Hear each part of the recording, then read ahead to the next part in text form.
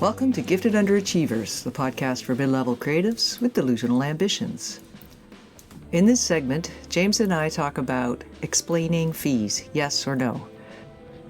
Is there a difference between detailing your scope of work, the actual thing you're going to perform for the person who's buying your services, and explaining why you need to make the money you need to make? I think there is. James feels less that way. We're very curious about what you think. What is the advice out there about not being lowballed?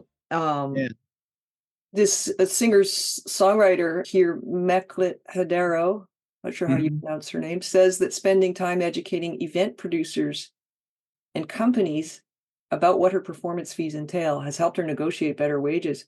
This is what part of my process is educating them on why my fee is like this. But I also dislike the idea of having to explain why I have a fee. That's the fee. That's my business. I don't go and ask other service providers to explain why their fee is so high. I've never done that in my life.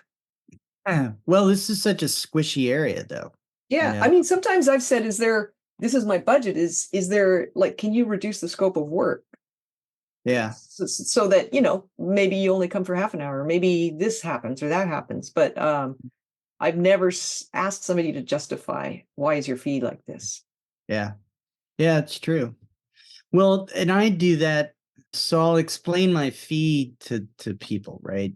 So it's not often that somebody would be like, oh, you're ridiculous for charging that, right? Mm-hmm. But it is frequent. Yeah. But it is frequent that people will be like, oh, that's way more expensive than I thought. Yeah. And I'll be like, well, how much were you thinking? Mm-hmm. And I sort of say, okay, just, because people always say you have the initial conversation and they'll want to know ballpark, what do you think you're going to charge? And I say, well, for ghostwriting, it would be about $1 per word. Right. Yeah. So, and we can figure it out. We can negotiate from there, depending on, do I have to do more research, less research, all that kind of stuff. Mm-hmm. And sometimes people will be like, oh, well, I thought it'd be more like $5,000. Yeah, it's like, to write a book. Yeah. I guess there is this element of not understanding just how long it takes to write a book. Mm-hmm. Yeah, or how hard it is, So you watch these movies where people, the writer is stuck, right? Mm-hmm. And they have the big epiphany in the movie, and then next thing you know, they're like, and 2 weeks later, the book's coming out. And I say, what you're paying for is not, how do I describe it? It's you're making it possible for me to have the time to sit down and completely focus on writing a really good book for you, right? Mm-hmm. So for me, it costs me, X number of dollars per day just to exist. Yeah.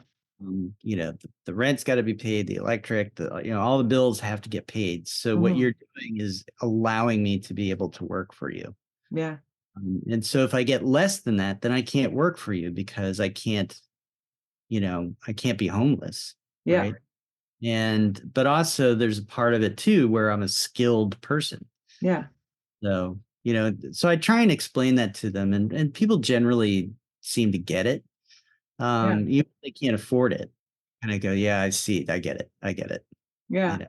So strange. When I first started editing, part of what I learned was, included in my job description, basically, that I gave myself, was to educate writers on what editing, what I do when I edit something, so they can see that I'm not just reading their book once and coming up with brilliant ideas for them to make it better. I'm actually taking it apart in a bunch of different ways. And when I first started, it was 40 to 60 hours for me to do a developmental edit on a large book.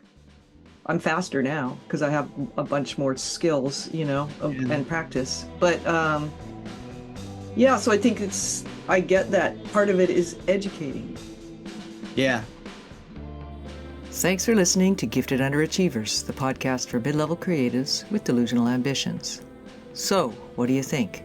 Is educating the client about what they're getting for their money the same thing as saying, you need to pay me this much so I can pay my rent? Is either necessary in order to charge what you need to charge?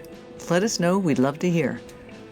Please leave a note in the comments or send us an email to giftedunderachievers@substack.com.